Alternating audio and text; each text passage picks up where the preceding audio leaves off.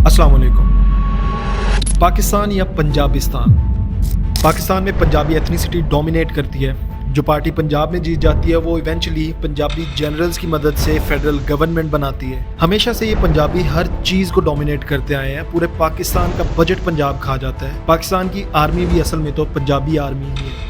बांग्लादेश भी इसी वजह से पाकिस्तान से अलग हुआ क्योंकि पंजाबी जनरल्स ने हर जगह अपनी मनमाने की कोशिश की। सिर्फ यही नहीं, बलूचिस्तान में जो पंजाबियों के खिलाफ एथनिक वायलेंस चल रहा है वो भी इसीलिए है क्योंकि ये पंजाबी लोग बहुत जुल्म करते हैं बाकी एथनिसिटीज़ के लोगों पे, उनका हक खा जाते हैं। लेकिन पंजाबी के 25 से ज़्यादा डायलैक्ट्स हैं, इंक्लूडिंग माझी, मालवी, शाहपुरी, मुल्तानी, सराइकी वगैरह वगैरह। तो ये बातें आखिर किस डायलैक्ट के पंजाबियों के लिए और इन सब बातों में कितना सच, कितना झूठ, कितनी एग्जैजरेशन है, इस माइंडसेट को फैलाने वाले लोग हैं कौन, उन्हें इससे फ़ायदा क्या है और आखिर बलूचिस्तान इस हद तक कैसे पहुंचा। Let's have a closer look at the dirty pages of politics, the history of Balochistan. Message अपने पश्तून भाइयों के लिए भी यही है, आप निजात हासिल करें इस पंजाबी डोमिनेटेड पाकिस्तान से।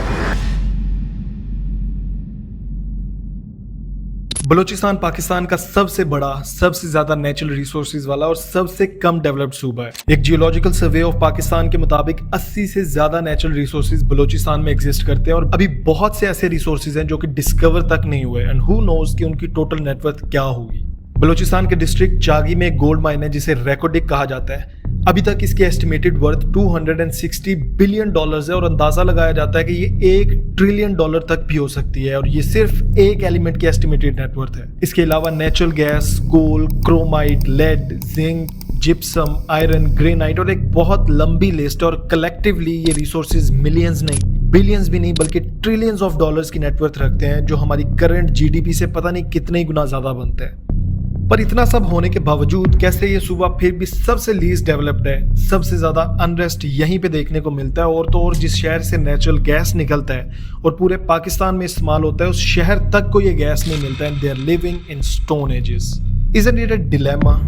इसी डिस्ट्रिक्ट में जहां नेचुरल गैस है, सैंडक के नाम से एक और शहर है जिसमें गोल्ड और कॉपर माइंस है, लेकिन ये शहर भी देखने में ऐसा लगता है जैसे अफगानिस्तान का कोई ऐसा इलाका हो जहां बरसों से जंग चल रही है। पिछले 70 सालों से ये सूबा इलिटरेसी, पॉवर्टी और अनएम्प्लॉयमेंट जैसे मसलों से बाहर नहीं निकल पाया और वहां सिचुएशंस कुछ ऐसी हैं कि बिजनेसेस करना तो दूर, चौकीदार की नौकरी मिलना भी एक ख्वाब जैसा ही होता है।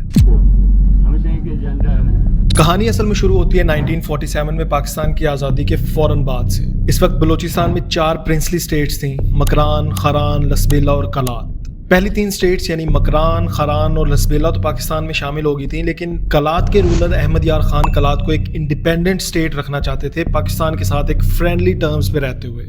पाकिस्तान के आज़ाद होने के बाद 7 महीने तक ये एक इंडिपेंडेंट स्टेट रहती है, लेकिन उसके बाद कायदे आज़म की कोशिशों की वजह से ये आखिरी स्टेट भी पाकिस्तान के साथ शामिल होने पे राजी हो जाती है। लेकिन ये चीज़ अहमद यार खान के भाई प्रिंस अब्दुल करीम को बिल्कुल पसंद नहीं आई और उन्होंने अपने साथ कुछ बलोच लोग इकट्ठे किए ताकि इस फैसले के खिलाफ खड़े होकर एक तहरीक चला सकें। ये तहरीक कुछ ही हफ्तों में वायलेंस में बदल गई क्योंकि अब कलात लीगली तौर पे पाकिस्तान का हिस्सा बन चुका था और इस फैसले को रोल बैक करना ऑलमोस्ट नामुमकिन हो चुका था। 27 मार्च 1948 को Khan of Kalat instrument of accession पे साइन कर देते हैं और इस पे काउंटर साइन करते हैं कायदे आज़म मोहम्मद अली जिन्ना। प्रिंस अब्दुल करीम करीब 700 लोगों को लेकर पहाड़ों पे चढ़ गए और पाकिस्तान आर्मी के खिलाफ बगावत शुरू कर दी।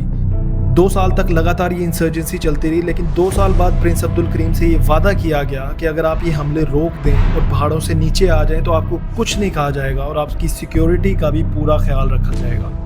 उस वक्त डगलस ग्रेसी पाकिस्तान आर्मी के कमांडर इन चीफ थे जो कि ऑब्वियसली कोई पंजाबी नहीं थे और ना ही कायदे आज़म। खैर प्रिंस अब्दुल करीम भी 2 साल में बुरी तरह से थक चुके थे और उस वादे पे यकीन करके उन्होंने सरेंडर कर दिया और इंसर्जेंसी ख़त्म कर दी। लेकिन जैसे ही वो अपने इलाके में वापस आए तो उन्हें वादे के खिलाफ अरेस्ट करके जेल में डाल दिया गया जो कि क्लियरली एक धोखा था, वादा खिलाफी थी and this was the beginning of the real disaster. और यहाँ से एक सीरीज ऑफ इंसर्जेंसीज शुरू हो गई।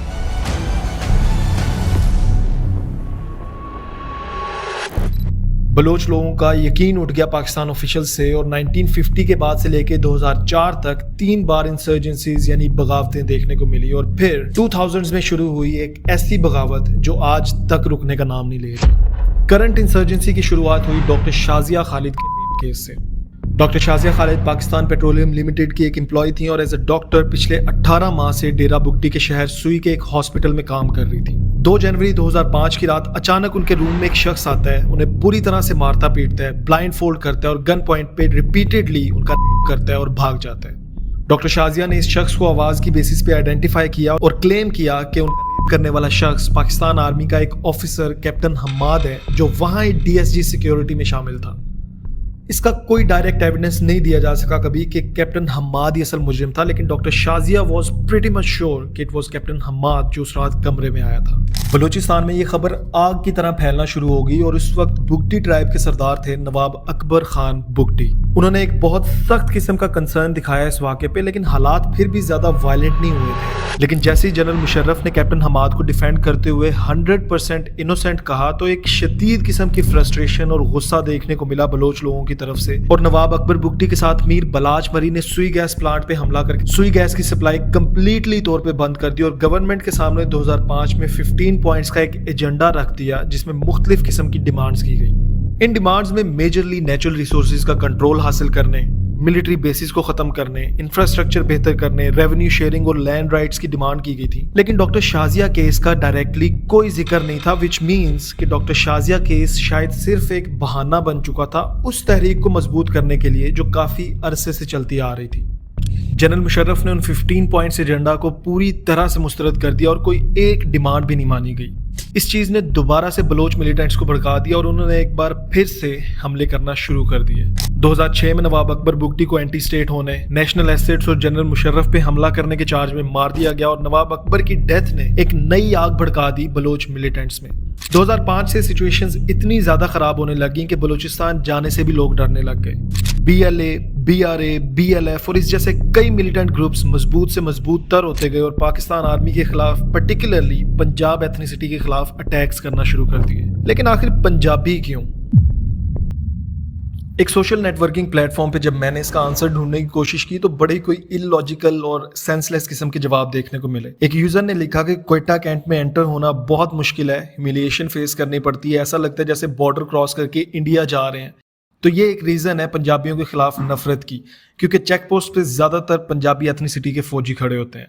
फिर एक और यूजर ने लिखा कि Punjabis are louder, dirtier and more obnoxious than others, इसलिए उनसे नफरत की जाती है। जो शायद इस यूजर ने किसी एक आधे को इन ट्रेड्स के साथ देख लिया होगा, लेकिन खुद सोचें कि कुछ सेंस बनती है इस बात की कि किसी एक इंसान की वजह से आप एक पूरी नस्ल से नफरत शुरू कर रहे हैं। ये तो पूरी तरह से एक रेसिस्ट किस्म की मेंटालिटी है।